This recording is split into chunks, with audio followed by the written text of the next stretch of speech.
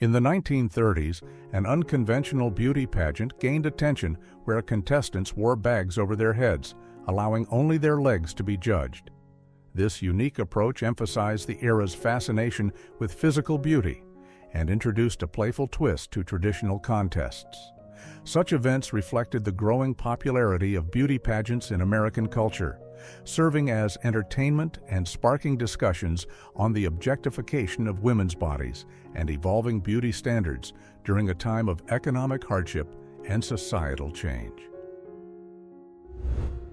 In June 1920, President Woodrow Wilson and First Lady Edith Wilson posed for a photograph during a pivotal period in American history. After Wilson suffered a severe stroke in October 1919, Edith took on an extraordinary role in managing presidential responsibilities, serving as an intermediary between her husband and government officials. As Wilson's health deteriorated, Edith carefully managed access to him and oversaw many administrative decisions, a role later described as a stewardship.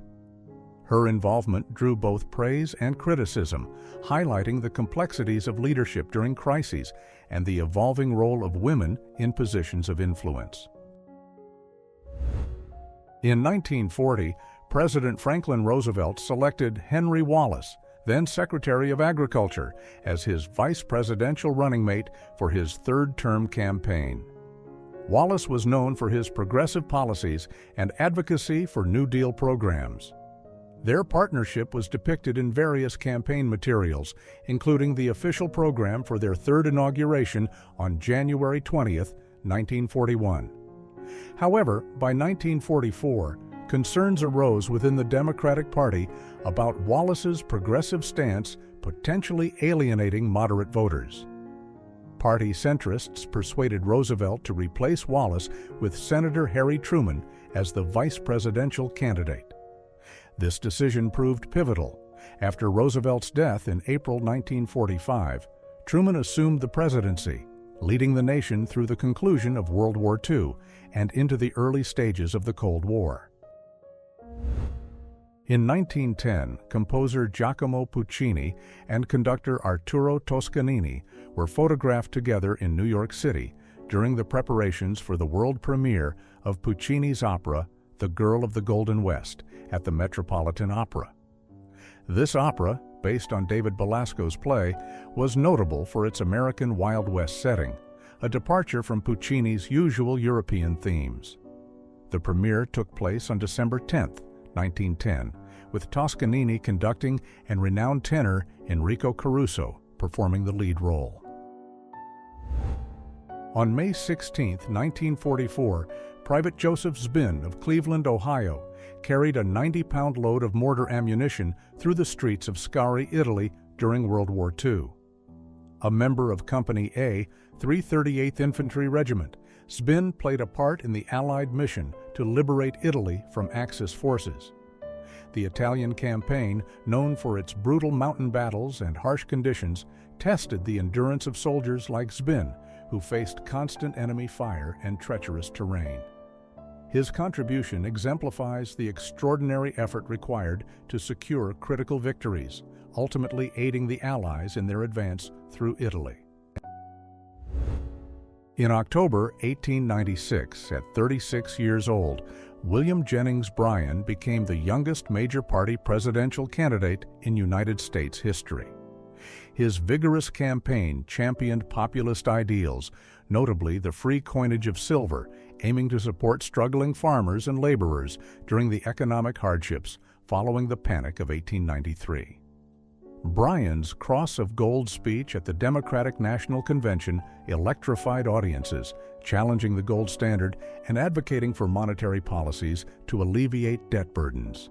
His extensive whistle-stop tour, covering over 18,000 miles and delivering around 600 speeches, set a precedent in American political campaigning. On June 10, 1945, near Shuri, Okinawa, Private First Class Troy Dixon from Lead Hill, Arkansas, used a salvaged Japanese barber chair to cut the hair of Sergeant John Anderson from Anita, Pennsylvania.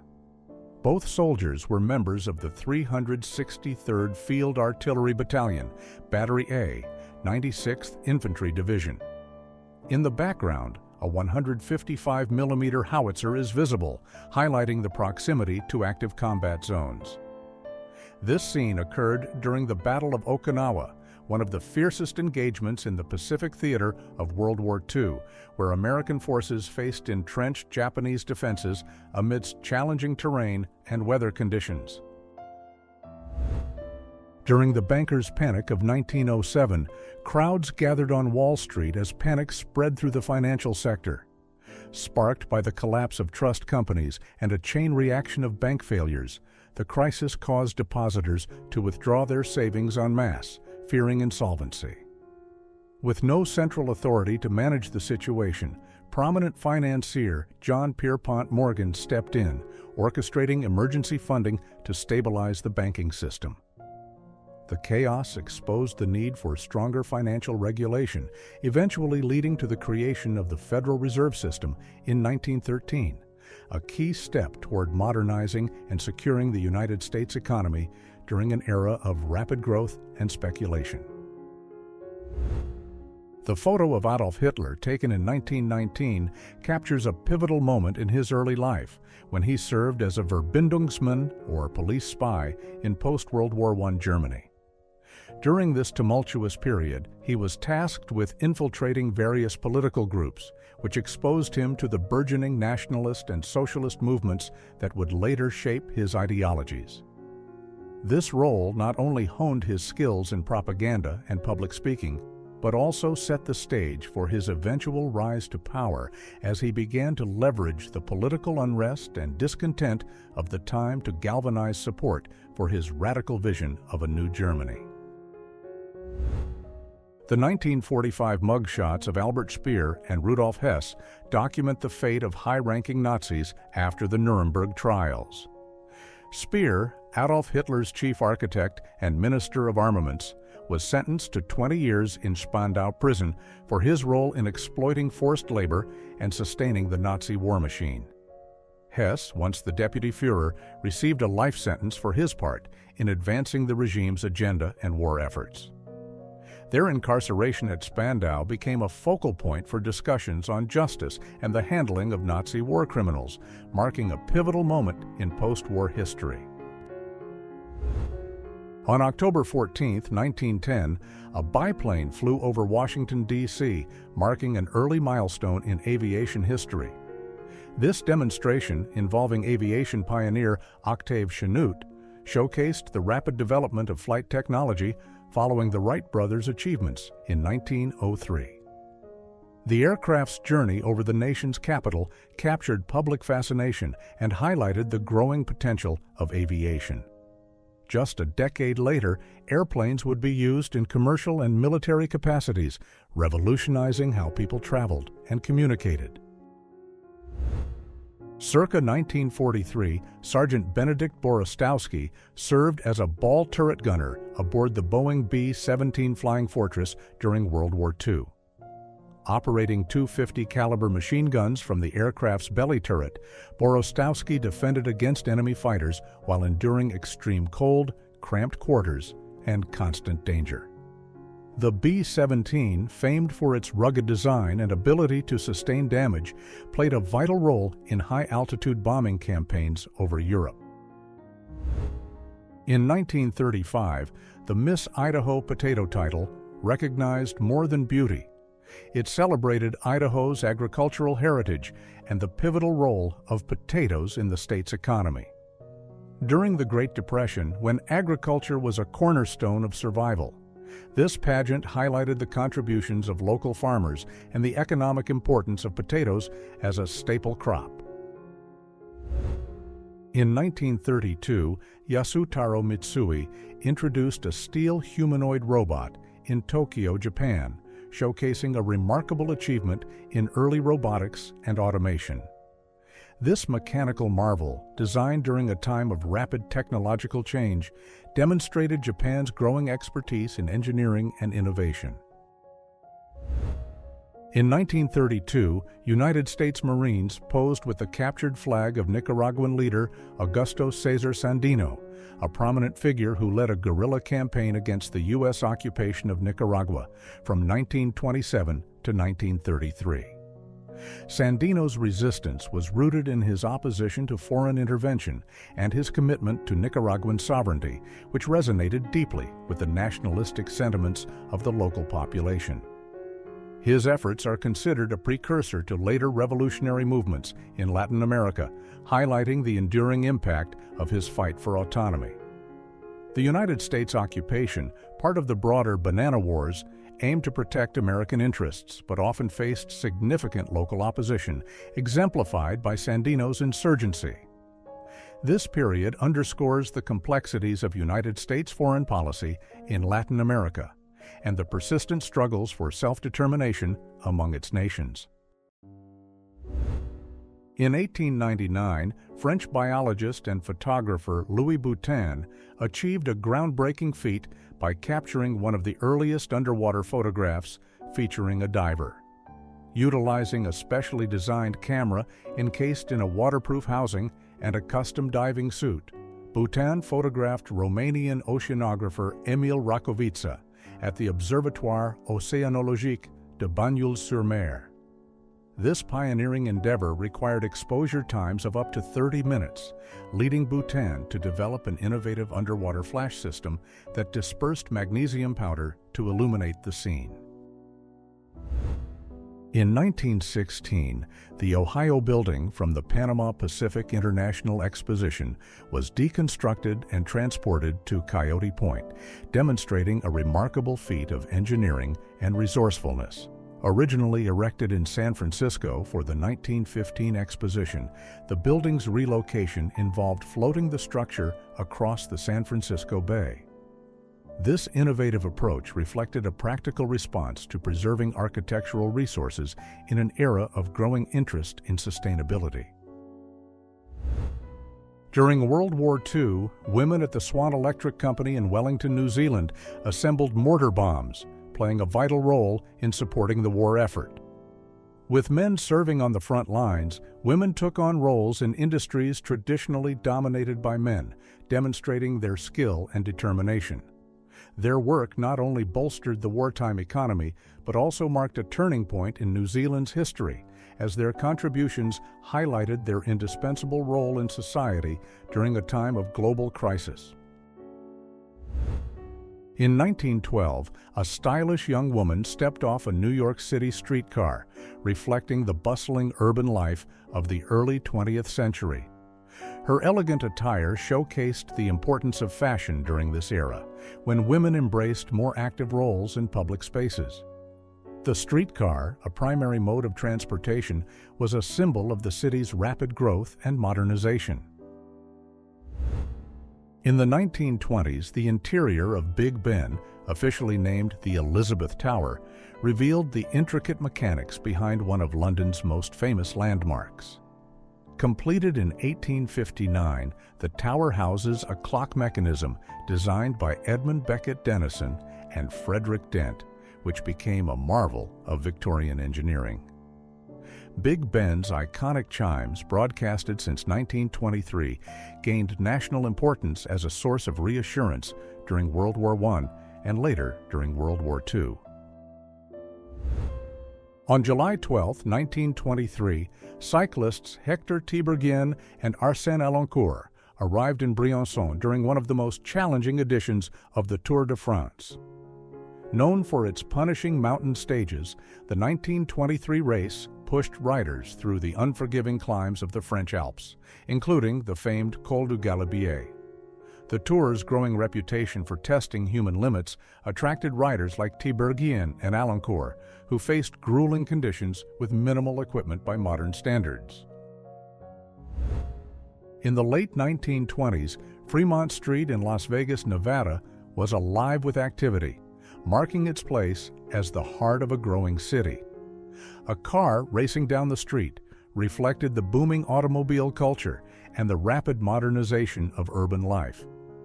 During this period, Las Vegas began attracting attention with new opportunities, partly fueled by the construction of the Hoover Dam, which brought an influx of workers and tourists. Fremont Street became a hub for shops, businesses, and entertainment, setting the foundation for its future as a destination synonymous with excitement and innovation. Circa 1916, the dismantling of the Italian Tower, a striking feature of the Panama Pacific International Exposition in San Francisco, marked the conclusion of one of the most significant world fairs in American history. Designed to highlight Italian architecture and culture, the tower stood among the Exposition's grand structures that drew millions of visitors in 1915. Its deconstruction signified the transition from the celebration of global innovation and art back to the practicalities of urban growth. In 1906, aboard the training ship HMS Impregnable in Plymouth, UK, young boys underwent a demanding naval education designed to prepare them for service in the Royal Navy. This floating school taught essential skills such as navigation, knot tying, and ship maintenance, while instilling discipline and teamwork. HMS Impregnable was part of a broader system aimed at producing skilled sailors during a period when Britain relied heavily on its naval supremacy. In 1911, the yacht Suzanne was captured in a remarkable photograph by Frank Beckin, a trailblazer in maritime photography. Beckin, known for adapting his equipment in the 1890s to photograph moving objects from the deck of a ship, overcame the challenges of instability and motion to achieve clear and dynamic images. On August 18, 1943, during the First Quebec Conference, codenamed Quadrant, key Allied leaders convened in Quebec City, Canada, to deliberate on pivotal World War II strategies. The conference was hosted by Canadian Prime Minister William Lyon Mackenzie King and attended by United States President Franklin Roosevelt and British Prime Minister Winston Churchill. A notable photograph from this event captures these leaders on the terrace of the Citadel, with the Chateau Frontenac visible in the background. The discussions at this conference were instrumental in planning the Italian campaign and addressing the complexities of post-war Europe. Fires. On February 15, 1939, a fire broke out at a school, prompting students to cheer as they evacuated the building. During the 1930s, school fires were not uncommon, often due to outdated infrastructure and heating systems. This event underscored the need for improved safety protocols and emergency preparedness in schools nationwide. In June 1944, the streets of Siena erupted in celebration as Italian citizens welcomed French liberators during the Allied advance in World War II. Officially liberated on July 3, 1944, Siena was spared major damage thanks to strategic Allied efforts and the retreat of German forces. The French Expeditionary Corps, including Moroccan and Algerian troops, played a key role, supported by Italian partisans conducting sabotage and reconnaissance. Joyful scenes of parades and locals interacting with soldiers reflected the relief and hope of freedom, marking a pivotal moment in the Italian campaign and the city's return to normal life. In 1917, soldiers of the Black Watch, a renowned Scottish regiment, were photographed by John Warwick Brooke during a rare moment of rest amidst the hardships of World War I. These brave soldiers, hardened by grueling battles on the Western Front, found brief solace in camaraderie and shared experiences. Such moments were vital for maintaining morale, offering a glimpse of humanity and brotherhood as they endured the challenges of war. In 1922, King Christian of Denmark was photographed enjoying a beer during a military field exercise. Known for his dedication to the armed forces, he often participated in such events to strengthen ties with his troops. The king's presence in these exercises showcased his hands-on approach to leadership.